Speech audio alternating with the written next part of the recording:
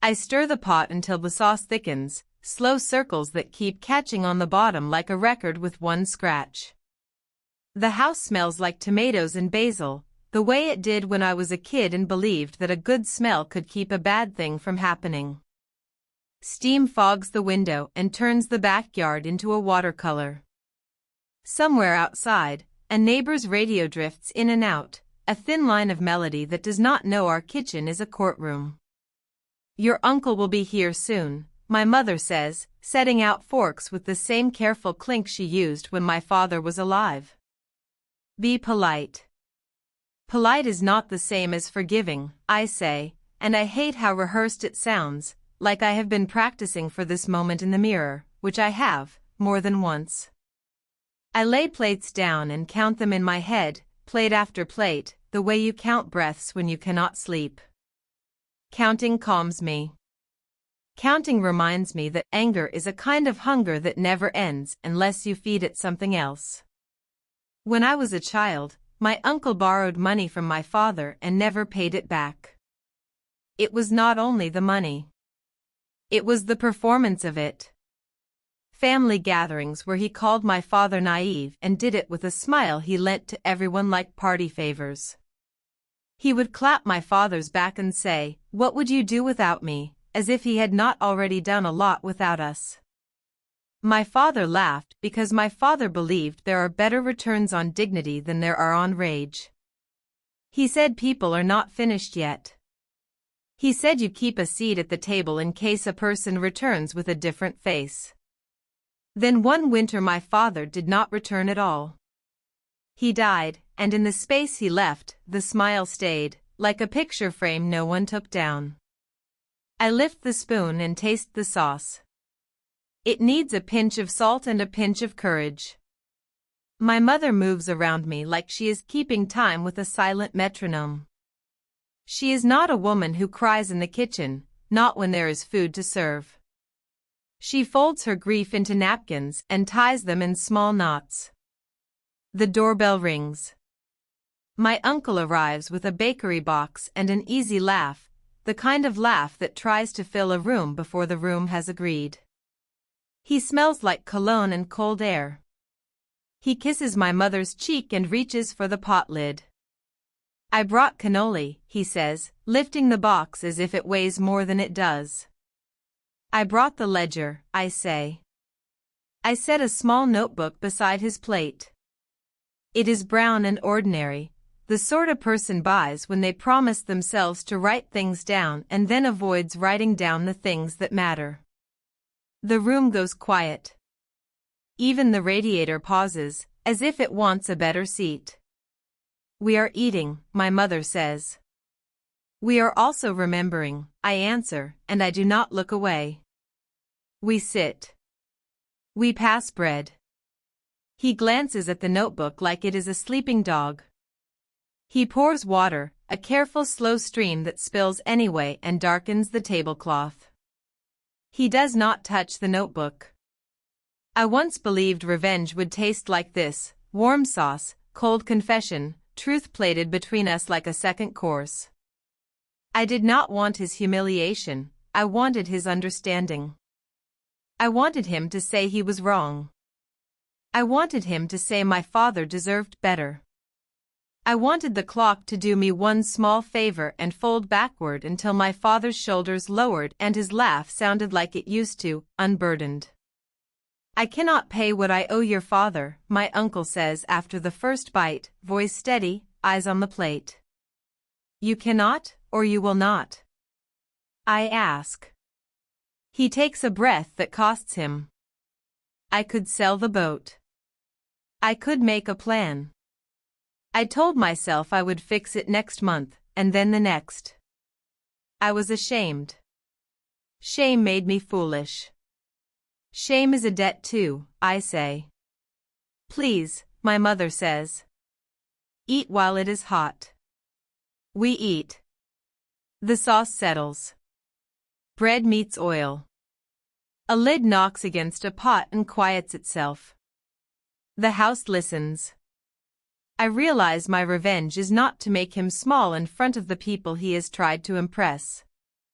It is not to corner him with numbers until he says the words I want. My revenge, if that is even the word, is to make him face what he did and then make a choice he has avoided, to give him a shape he can grow into or grow out of, but not ignore. I slide the notebook toward him. Open it, I say. Inside I have written the amount. I have broken it into small, survivable payments with dates that honor the calendar and the dead. I have left room for notes. I have taped in the letter to my father I will never send, where I tell him I am trying to choose what he chose, not weakness, not silence, but stubborn fairness that does not let go of the rope. Start with this, I say. Not for me.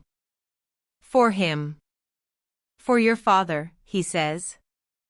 His hand trembles.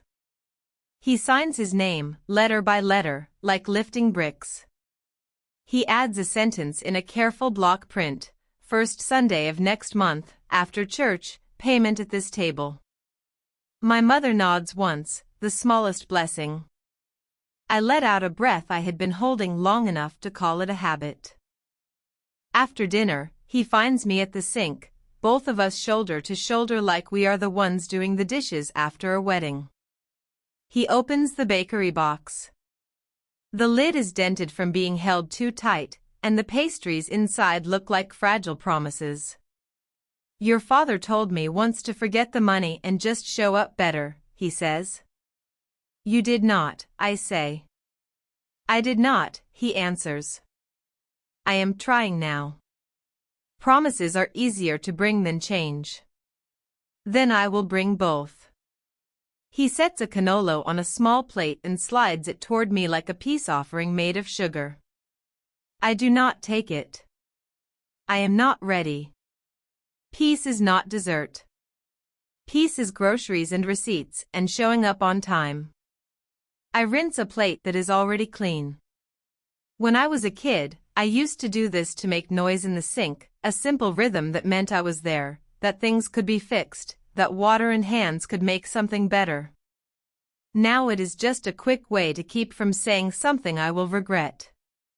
You are angry with me, he says, not a question. I am angry with the person you chose to be, I say. I am angry with the way you used my father's goodness like a ladder and then pretended you built the house. I am angry that you made my mother's kindness into a chore. He nods as if he has rehearsed his part, as if he knew the script but never liked his lines. I cannot return the time, he says. No one can, I say, and the words are not a victory. They are just a truth that must be placed in the middle of the table like a bowl. He goes back to the dining room and sits with my mother. They talk about the neighbor who sings off-key every morning, about the basil that returns no matter how hard you cut it back, about the kind of things people say when they want the air to stay soft. I join them. We pour coffee. We pass the cannoli. The sugar dusts the table like a map no one can read. First Sunday, he says. First Sunday, I answer. The phrase sits between us like 2 coins. Not enough to buy back time. Enough to buy a start. That night, after he leaves, I stack plates and let the warm water run over my hands. My mother dries each dish with a towel my grandmother embroidered with blue thread. I used to think my mother was unbreakable. Now I know she is not, but she is excellent at mending. The towel moves across a plate in small circles, like a ritual. Do you think he will come? She asks. I think he will try, I say. Trying is not the same as doing. She folds the towel and sets it down. Your father would have liked today. Would he? I ask, because hope is a question. He liked plans. He liked people better when they made plans that could be kept. She pauses. He liked this sauce the best the day after. The flavors were calmer. We clean the table.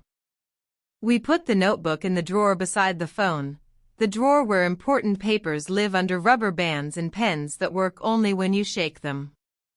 I label an envelope with my father's name and slip it in. I am not sure why I do that. Maybe I am feeding the part of me that wants the dead to receive mail. I sleep as if my body owed me a debt and finally paid the minimum balance. In the morning I wake up unsure if anything is different or if I only want it to be. The notebook waits in the drawer with its small, precise Emperor's Decree, first Sunday. Words that carry a calendar in their pockets. Days arrange themselves into chores and emails and lemons that need to be used before they go soft. I go to work. I come home.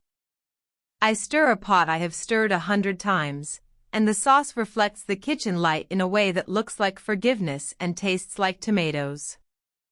On the first Sunday of next month, he arrives early with a paper bag and a face that is not sure where to place itself. He takes off his coat and holds it like a question.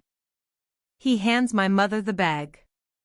Inside are fresh rolls, a jar of olives, a wedge of cheese wrapped in brown paper. He hands me an envelope. He sets it on the table as if he is afraid it will run away. For your father, he says. I open it. There is a check for the agreed amount. There is a handwritten note that says, I know this is late. I know late is not an apology. We eat. The conversation is easier in places and stiff in others, the way a healed bone still aches when the weather changes.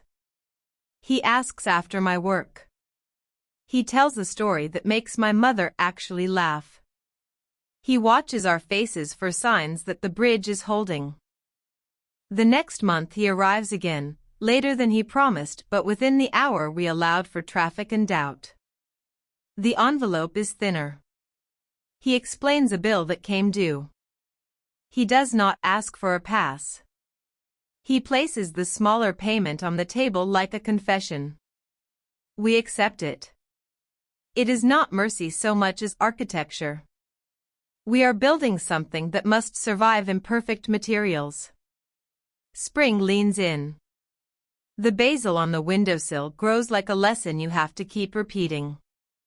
My mother plants tomatoes in the yard again, though last year's plants drowned in a storm. She says there is a kind of faith in doing the same good thing even when it did not work out the last time. One Sunday, my uncle brings not money but a set of receipts. He has sold the boat. He says it softly, as if loudness might call the boat back. I did not need it, he says. I needed to admit I liked how it made me look.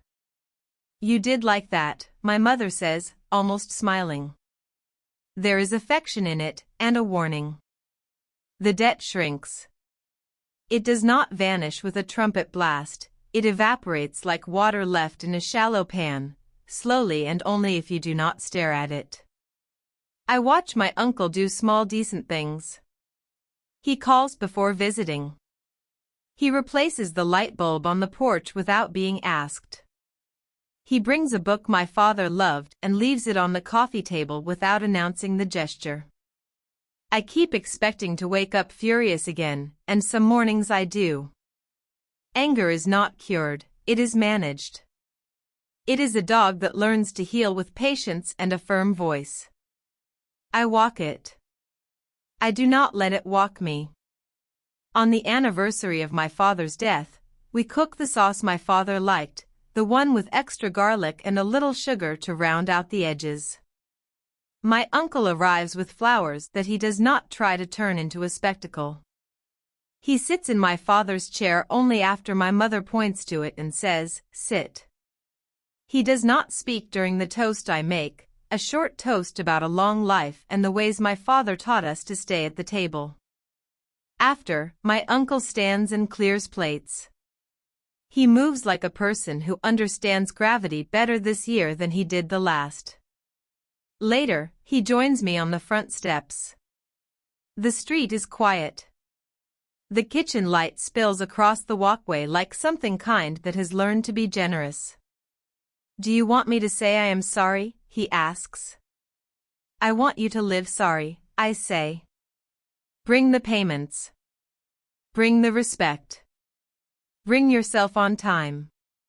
He nods. I can do that, he says, and I believe him enough to keep believing in him next month too. We sit there with the night smelling like cut grass and a dog barking 2 houses over.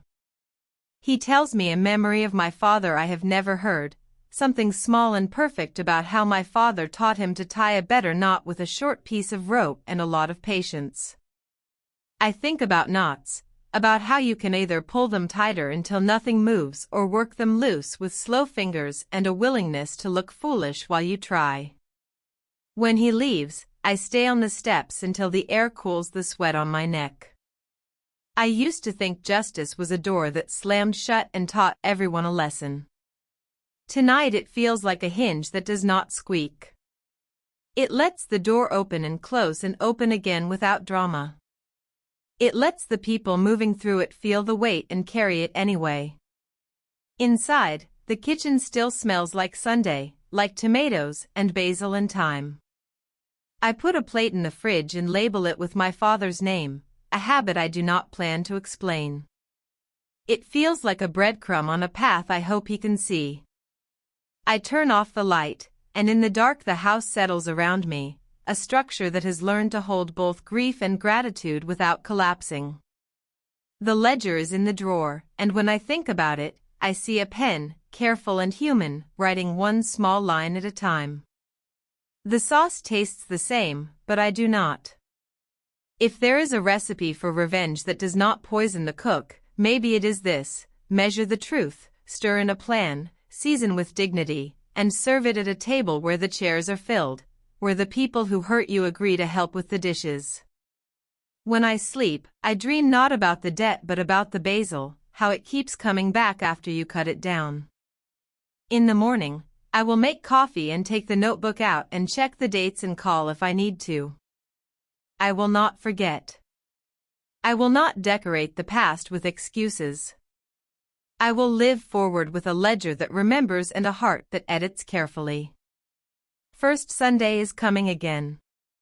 The calendar turns its page with the patience of something that has done the same job for a very long time. I will be here, at the stove, stirring until the sauce thickens, tasting for salt, listening for the doorbell, ready to open the hinge that does not squeak.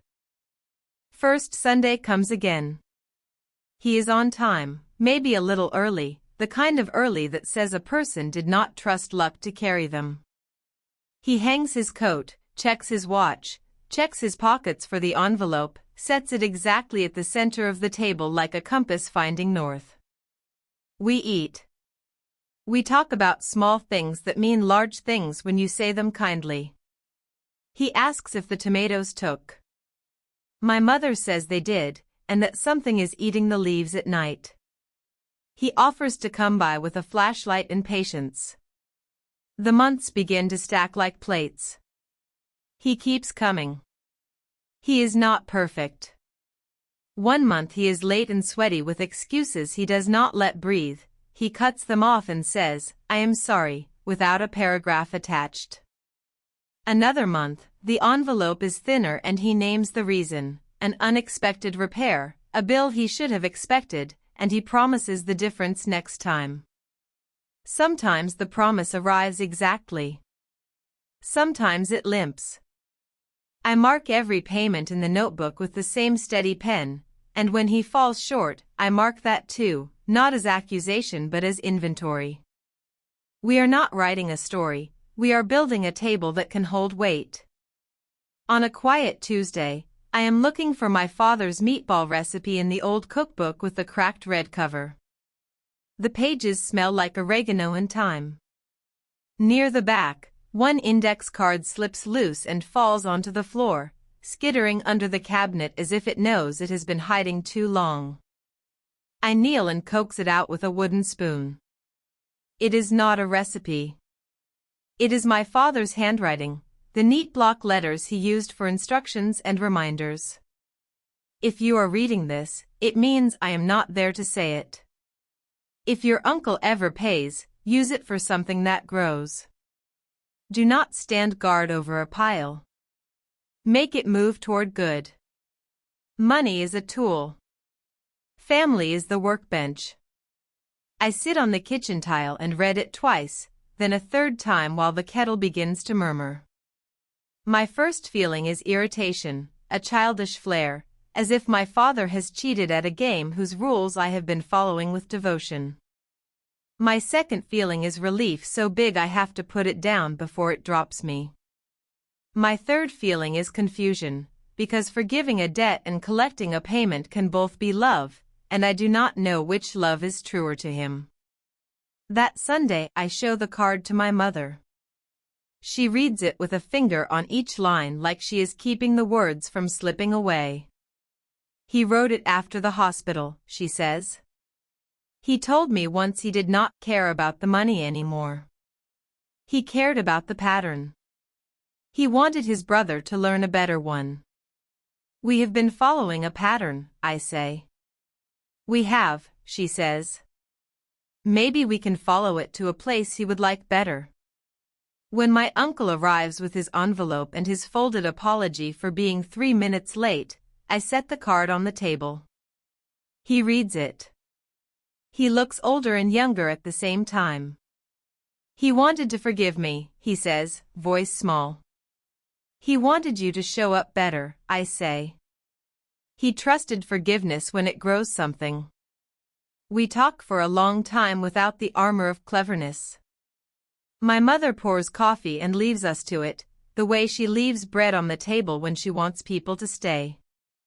By the end of the conversation, we make a new plan that does not erase the old one.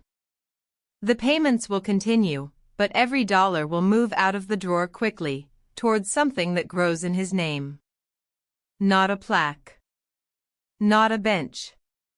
Something living. We start small because we are small. My father loved the community garden behind the library, the one where kids learned the difference between a weed and a future. We bring the first month's money to the garden board and ask for a list of what they need. The list is not glamorous. It is gloves in small sizes, soil that will not exhaust itself, a hose that does not leak, a little fund for when the pump fails. We pay for what we can. We volunteer on Saturday mornings, and I watch my uncle kneel beside a kid who has never planted anything and show him how to tuck a seed like it is a secret you want to keep. The next payment buys dictionaries for the reading room because words are seeds too. The one after that replaces the streetlight at the corner that went out months ago and turned the block into a bad guess after dark. My uncle fills out the city form and calls again and again until the light arrives. Then he stands on the sidewalk with his hands in his pockets and looks up at it like it might learn his name. He keeps signing the notebook. I keep writing the dates and the amounts and the notes about where the money went. The ledger becomes a map. Some paths are short and visible. Some wander and come back later with fruit in their hands. On a hot afternoon in late summer, my uncle knocks on our door on a day that is not Sunday. He holds nothing. He seems to be carrying everything. He sits at the table and says, "I was offered a job upstate. It would make the payments easier. It would make the Sunday visits harder. Do you want to take it?" I ask. He looks at the window where the basil leans toward light. "I want to do right," he says. I do not always know what that is. We try the questions on like coats. Could he drive down once a month instead of every week? Could we move the payment to the mail and keep the visit on video? Could he stay and keep the rhythm we finally learned? My mother says, "Your brother used to say the right choice is the one you can keep choosing." We sit with that until it unknots. He takes the job. We change the plan, not as an escape but as an evolution. The first Sunday becomes the first Saturday of every other month in person, with letters and calls in between, envelopes that arrive with stamps and careful writing that looks like a person trying. On the first Saturday he returns, he brings a small wooden box. Inside is a coil of thin rope and a note in my father's handwriting, older than the card, stained with something that might be sauce. For when you need to tie something that does not want to be tied. We laugh, then we do not. My uncle asks if I remember the knot. I do not with my hands, but my hands learn again. He shows me the steps. I miss one, get frustrated, begin again. The rope finally holds. It looks simple, the way everything complicated looks simple after you practice it enough times. We use it to secure the garden hose to the fence so it does not scrape the tomato vines. A year gathers itself, the way a year does, slow and then suddenly complete. On the next anniversary of my father's death, the garden throws a little party with lemonade and mismatched chairs. There is a cardboard sign that reads, "For the man who planted time." No one says our last name because the sign is not about credit. It is about what grew. My uncle stands beside me with paper cups sweating in our hands. He does not talk. He is learning the part of grief that is silence. That evening he and I sit again on the steps. The street smells like someone else's dinner. The porch light hums. He says, "Do you still want me to live sorry?" "I want you to live better," I say. Sorry was the door. Better is the room. He nods. I am trying to furnish it. Start with a table, I say. They help. There are setbacks, because life keeps its sense of humor.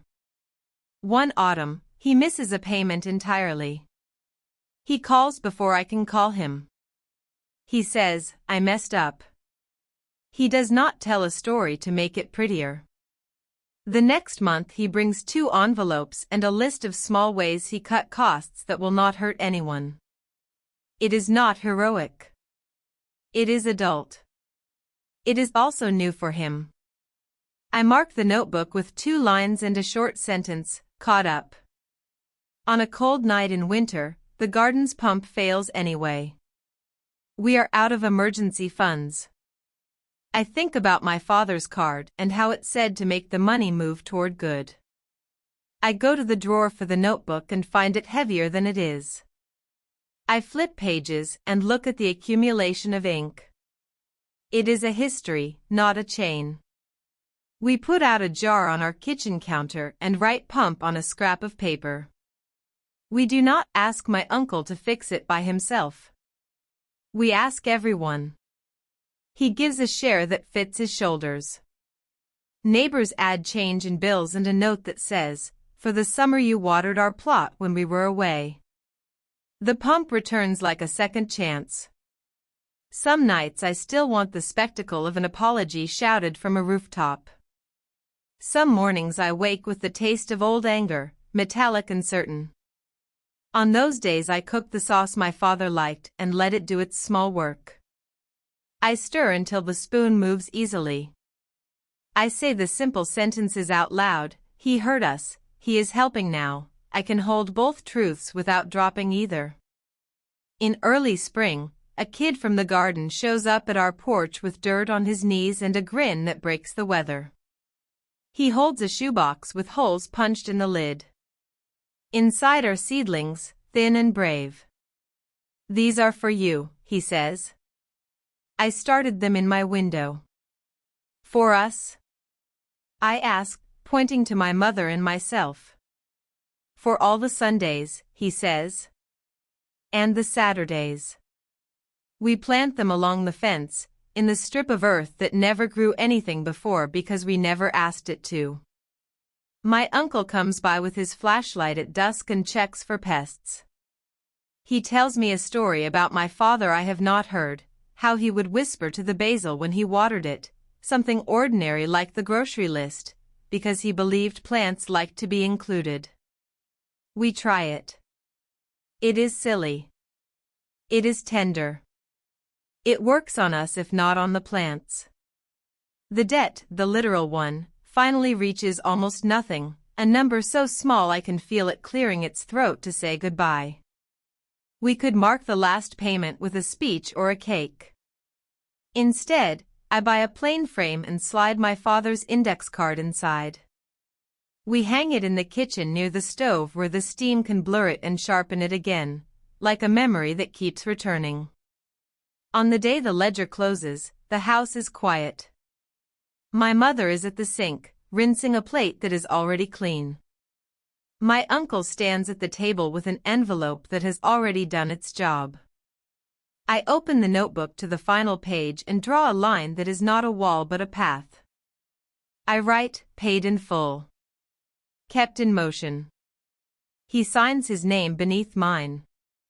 We do not clap. We keep making dinner. I put the notebook in the drawer beside the phone, not as a threat, not even as a record, but as proof that something that felt impossible learned how to be ordinary. My uncle takes a breath and lets it out like a person laying down a heavy box gently so it does not thud. What now? He asks. Now you keep showing up, I say. We will keep finding things that grow. He laughs, the small real laugh that arrived months ago and stayed. He takes the trash out without asking where the bags are. He knows now. Later, alone in the kitchen, I stir the pot until the sauce thickens. The house smells like tomatoes and basil and roofs after rain. I taste and add a pinch of salt, a small decision that changes everything in a way no one notices but everyone feels.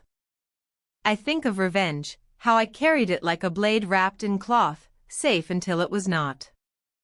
I unwrap it now and see it for what it was, a need to balance a scale. The scale is not balanced by humiliation. It is balanced by weight placed, month by month, where it belongs. Through the window, I can see the seedlings leaning toward the last light. I whisper the grocery list to them for practice. Milk. Bread. Patience. Faith. Rope. Hinge. Ledger. Basil. I do not know if they care about the words. I know I do. There will be more Sundays. There will be Saturdays. There will be a random Tuesday when everything feels wrong for no reason and another when everything feels right for no reason.